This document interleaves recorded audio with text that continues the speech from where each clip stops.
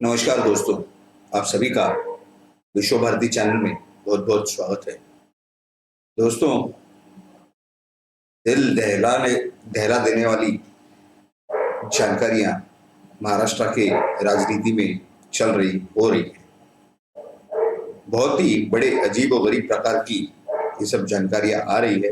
आज सुबह को यानी लगभग सुबह भी नहीं, दोपहर के एक 12 साढ़े 12 बजे के आसपास महाराष्ट्र के जो पूर्व मुख्यमंत्री हैं देवेंद्र फडणवीस, भारतीय जनता पार्टी के नेता, उन्होंने एक प्रेस कॉन्फ्रेंस ली। देखिए, अगर आपको याद होगा तो कुछ दिन पहले यानी दिवाली के पहले उन्होंने एक दावा किया था कि वो बहुत ही बड़ी जानकारी देने जा रहे हैं। उनके शब्दों में उन्होंने कहा था कि दिवाली के बाद स्पोर्ट मैं करूँगा।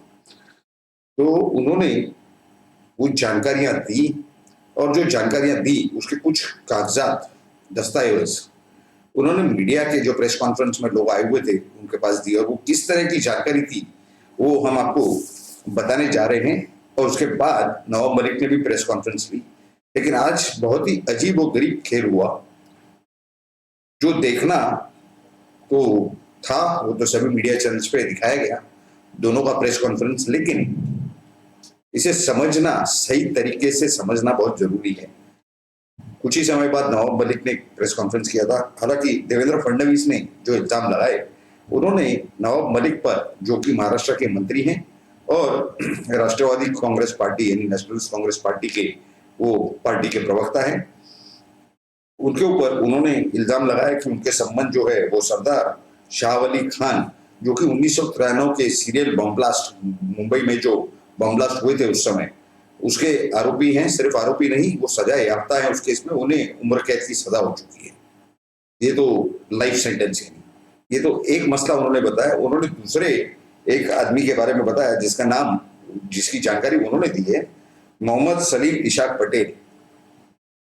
ये महाशय, जिन्हें सलीम पटेल के नाम से जाना जाता है, ऐसा देवेंद्र फडणवीस का कहना था अपने प्रेस कॉन्फ्रेंस में, जो दाऊद इब्राहिम की बहन है हसीना पारकर, उसके ये इनके कहने के हिसाब से वो उनके ड्राइवर है, बॉडीगार्ड है और फ्रंटमैन है। अब उनके यानी पूरे व्यवहार वो देखते हैं। इस तरह का आरोप देवेंद्र फडणवीस ने लगाया। इनके ऊपर काफी सारे केसेस भी हो चुके, इस तरह की उन्होंने जानकारी दी। और ये सब के चलते उन्होंने ये कहा कि ये जो सलीम पटेल हैं, इनसे ये जमीन, क्योंकि इनके पास अधिकार थे, एक जमीन जो कि लगभग 2 एकड़ 2.8 एकड़ यानी 2.8 एकड़ यानी लगभग 3.25 एकड़ से थोड़ा सा ज्यादा, यानी लगभग 3 एकड़ के आसपास की जमीन मुंबई के कुर्ला में एलबीएस मार्ग, बहुत ही बड़ा और इंपॉर्टेंट रास्ता है, महत्वपूर्ण मुंबई का, मुंबई उपनगर में, वहां पर एक गोवा वाला कंपाउंड नाम से ये जगह थी जो हमने आपको प्लॉट बताया। ये कौड़ी मोल दामों में इन लोगों से लिया है, क्योंकि एक के पास पावर ऑफ अटॉर्नी थी इन दोनों में से और एक के नाम पे, एक का नाम वो प्लॉट के ऊपर चढ़ा हुआ था। कौड़ी मोल यानी किस तरह, क्योंकि इसी के थोड़ा सा आगे, थोड़ा सा नजदीक एक फिनिक्स मिल नाम से एक जगह है, जिसका सौदा उसी 2005 में लगभग उसी समय 2000 रुपए स्क्वायर मीटर के आसपास, 2051 या इस तरह के कुछ दामों के हिसाब से हुआ था। लेकिन इन्होंने जो ये सौदा रजिस्टर किया नवाब मलिक के कंपनी ने, यानी उनके बेटे की कंपनी ने, उसका दाम कुछ 25 रुपए स्क्वायर फुट के हिसाब से बताया गया है, जिसमें से कुछ 20 रुपए पर स्क्वायर फुट अदा कर दिए गए। तो ये किस तरीके के संबंध है ये अंडरवर्ल्ड के लोगों से, और खास करके उनसे जिनके की काम देशद्रोह के, इस तरह का सवाल देवेंद्र फडणवीस ने उठाया। अब देखिए, समझने की बात यह है इसके अंदर कि एक सॉलिडस प्राइवेट लिमिटेड कंपनी का कुछ नाम बताया, जिसके डायरेक्टर नवाब मलिक भी रह चुके हैं। 2019 में उन्होंने रिजाइन कर दिया, क्योंकि जब उन्होंने मंत्री पद संभाला महाराष्ट्र के कैबिनेट मंत्री के नाते, तो उन्होंने वहां राजीनामा दे दिया। उनके नवाब मलिक के भाई भी कथाकथित उस कंपनी में डायरेक्टर रह चुके हैं। उनके बेटे फराद मलिक, ये भी उस कंपनी में डायरेक्टर हैं। और सिर्फ इतना ही आरोप नहीं किया, इस व्यवहार के तो उन्होंने कागजात उनके बताने के हिसाब से उन्होंने मीडिया के लोगों तक दे दिए, पीडीएफ फॉर्मेट में उनके मोबाइल में। उन्होंने कहा कि हम मीडिया को ज्यादा कंफ्यूज नहीं करना चाहते हैं, इसके लिए लिमिटेड और स्पेसिफिक जानकारी दे रहे हैं।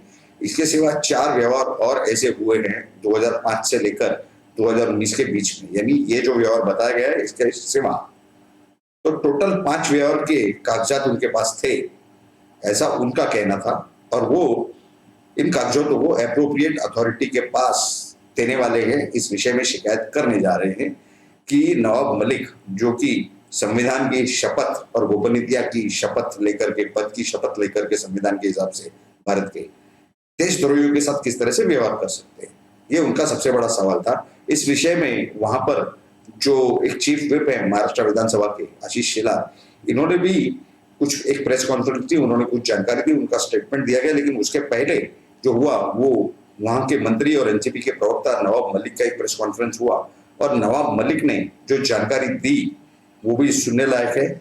उन्होंने इसमें से किसी भी जानकारी का या आरोप का विरोध नहीं किया। सबसे पहली बात ये, उन्होंने ये कहा कि ये जो सलीम पटेल है ये हमारे लैंडलॉर्ड थे, तो हमने, मतलब उनके बेटे ने कहा कि हमने उसके एक मीडिया चैनल को, उनके बेटे ने कहा कि हमने लैंडलॉर्ड को पैसे दिए और जमीन अपने नाम करा ली, और अगर वो कोई आरोपी थे या उनके ऊपर ये कुछ था तो इस तरह के इंसान के खिलाफ पुलिस की कार्रवाई होती है, उनके खिलाफ तो कोई कार्रवाई नहीं हुई थी। अब देखिए, ये जिनकी बात हो रही है सलीम पटेल, ये सलीम पटेल के बारे में ये बताया जा रहा है और सरदार शाह वली खान के बारे में बताया जा रहा है। सरदार शाह वली खान का घर उधर अभी भी है। इस तरह की जानकारी नवाब मलिक ने अपने प्रेस कॉन्फ्रेंस में दे दी है। और ये जो सलीम पटेल हैं, वहां पर जो कोई वॉचमैन हुआ करते थे उसके बेटे हैं या ऐसा कुछ तो भी कनेक्शन उन्होंने बताया, और इन्होंने अपना नाम 7/12 पर चढ़ा लिया था उस जमीन के। वो नाम हटाने के लिए उन्हें हमें पैसे देने पड़े और हमने व्यवहार करके, ऑफिशियल रजिस्टर करके हमने वो व्यवहार किया है। यानी ये कहने का मतलब ये है कि अगर आप मरे हुए इंसान की चीर फाड़ करो की जाए तो ऑफिशियली उसे पोस्टमार्टम कहा जाता है, लेकिन आप जिंदा इंसान की चीर फाड़ करोगे तो उसे मर्डर कहा जाता है या अटेम्प्ट टू मर्डर कहा जाता है, या फिर कोई ऑफेंस दर्ज होता है मारामारी का, या हाथ टूटा या पैर टूटा 324 या 326 आईपीसी का। ये दोनों में काफी सारा अंतर होता है, लेकिन इनके कहने के हिसाब से वो रजिस्टर किया इसके लिए वो कानूनी है, लेकिन जिस व्यक्ति के साथ रजिस्टर किया वो देशद्रोही गैंग से संबंध रखते हैं। इस विषय में कोई कमेंट नहीं था नवाब मलिक साहब का। इसके ऊपर एडवोकेट आशीष शेलार, जो कि महाराष्ट्र विधानसभा में भारतीय जनता पार्टी की तरफ से चीफ व्हिप है, उन्होंने कहा कि जब ये डायरेक्टली और इनडायरेक्टली दोनों तरीकों से इन्होंने कबूली कर ही दी है, तो जो महाराष्ट्र के सम्माननीय मुख्यमंत्री हैं उद्धव जी ठाकरे, उन्होंने इनके खिलाफ एफआईआर रजिस्टर कर देना चाहिए और कानूनी कार्रवाई करनी चाहिए। यानी उनका कहने का मतलब यह है कि इन्हें पहले तो मंत्री पद से हटाया जाए और इनके खिलाफ कानूनी कार्रवाई की जाए, क्रिमिनल एक्शन लिया जाए कि देशद्रोहियों के साथ संबंध रखने का। देखिए दोस्तों, इसमें सवाल ये है कि ये एक केस नहीं है, और जो 4 केस हैं जो कि देवेंद्र फडणवीस के कहने के हिसाब से उनके प्रेस कॉन्फ्रेंस में, अगर वो 4 व्यवहार और देशद्रोहियों के साथ हुए और इसकी पुख्ता जानकारी उनके पास है, जिस तरह से देवेंद्र फडणवीस बता रहे थे कि उनके पास वो पुख्ता जानकारी है, उसके कागजात हैं, सबूत है, तो सवाल ये पैदा होता है जनता के लिए कि अगर ऐसा है तो ड्रग्स के हर मामले की जानकारी इन्हीं के पास कैसे आती है। पहले वो विजय पगार इन्हीं से मिले, सैम डिसोजा भी इन्हीं से मिले आर्यन खान के केस में। अंदर व्यवहार चल रहा है नहीं चल रहा है ये जानकारी किसके पास है, तो नवाब मलिक के पास है। यानी हर प्रकार की अंडरवर्ल्ड एक्टिविटी की जानकारी उनके पास है। ये कैसे है? दूसरा सवाल कि ये अगर 5 के 5 व्यवहार 2005 से लेकर 2019 तक जो भी व्यवहार हुए, ये अगर अंडरवर्ल्ड के लोगों के साथ हुए हैं, देशद्रोही एलिमेंट्स के साथ, एंटी नेशनल एलिमेंट्स के साथ हुए हैं, तो इनके जो व्यवहार होते हैं वो सब इसी प्रकार के लोगों से प्रॉपर्टी लेते हैं। ऐसे कैसे? क्या इन्हें कोई स्वच्छ छवि के लोग नहीं मिलते हैं या ये उनसे व्यवहार ही नहीं करते? ये दूसरा सवाल पैदा होता है। देखिए, 50 लाख रुपए ये पूजा ददलानी ने दिए थे किरण गोसावी को, ये जानकारी नवाब मलिक को किसने बताई? उसी सुनील पाटिल ने बताई होगी, जो कि कथाकथित रूप में एनसीपी के सभासद हैं और सभी मंत्रियों से बहुत अच्छे संबंध है, इस तरह का आरोप अपने प्रेस कॉन्फ्रेंस में मोहित कंबोज यानी मोहित भारतीय ने किया था। तो कहने का मतलब ये है कि जिस प्रकार का वहां पर वातावरण है महाराष्ट्र में, वो बहुत ही अजीबोगरीब वातावरण है। ये जो आज नई जानकारी मिली है, तो नवाब मलिक जी ने अपने प्रेस कॉन्फ्रेंस में एक और बात बताई और वो बहुत महत्वपूर्ण है। आज है 9 नवंबर 2021। उन्होंने ये कहा कि कल यानी 10 नवंबर 2021 को सुबह 10 बजे वो प्रेस कॉन्फ्रेंस लेने जा रहे हैं।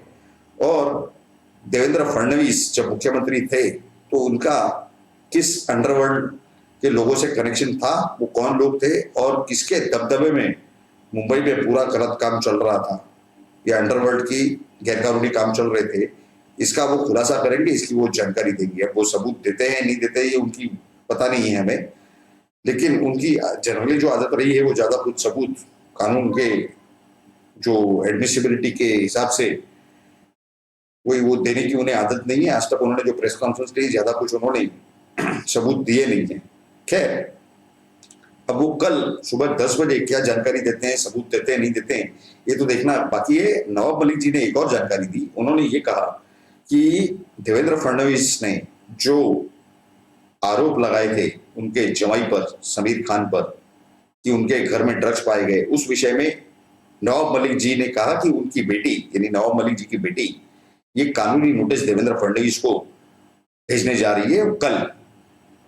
यानी अब कानूनी कार्रवाई नवाब मलिक की तरफ से भी शुरू हो चुकी है, ये स्पष्ट रूप से दिखाई दे रहा है। ये पूरे प्रकार के अंदर जिस तरह की जंग छिड़ी हुई है उससे ये स्पष्ट रूप से दिख रहा है कि आने वाले समय में महाराष्ट्र की और भारत की राजनीति में और गर्मागर्मी होने जा रही है। देवेंद्र फडणवीस ने अपने प्रेस कॉन्फ्रेंस में ये कहा था कि ये जितने सबूत है ये एप्रोप्रिएट अथॉरिटी के सामने दिए जाएंगे। तो हमें जो सूत्रों से माध्यम से सूत्रों के हमें जो खबरें मिल रही हैं वो कुछ इस प्रकार की है कि ये इस विषय में शिकायत करेंगे, ये सभी सबूत लगाकर जो कि उनके पास हैं, वो केंद्रीय गृह मंत्रालय, प्रधानमंत्री कार्यालय और एनआईए, क्योंकि जहाँ पे देशद्रोही यानी टेररिस्ट एक्टिविटीज के अनुरूप जो काम होता है उसकी जांच ये एनआईए करती है। तो आने वाले समय में क्या होने जा रहा है, आपका क्या अंदाजा है, जरा कमेंट बॉक्स में लिख करके आप हमें जरूर बताएं। लेकिन हमें जो जानकारियां सूत्रों से प्राप्त हुई और इसका जो एनालिसिस ये हमने आपको जो बताया, ये सब कंटेंट आपको कैसा लगा ये जरूर आप नीचे कमेंट बॉक्स में लिख करके बताएं। आप इस वीडियो को जरूर लाइक करें और हर इंसान के साथ जितना जहां तक हो सके इस वीडियो को आप जरूर शेयर करें। अगर आपने अब तक हमारे इस चैनल को सब्सक्राइब नहीं किया है तो जल्द से जल्द आप हमारे चैनल को सब्सक्राइब करें और सब्सक्राइब बटन के बाजू में जो बेल आइकन का स्विच है उस पर क्लिक करके ऑल नोटिफिकेशन यानी सभी नोटिफिकेशन ऑन कर दें, ताकि आपको हमारे वीडियोस की और हर वीडियो की जानकारी सबसे पहले प्राप्त हो और आप वो वीडियो देख करके सबसे पहले सही सही जानकारी प्राप्त कर सके। आप सभी लोगों ने इस वीडियो को पूरा अंत तक देखा, इसके लिए आप सभी का बहुत बहुत धन्यवाद। भारत माता की जय।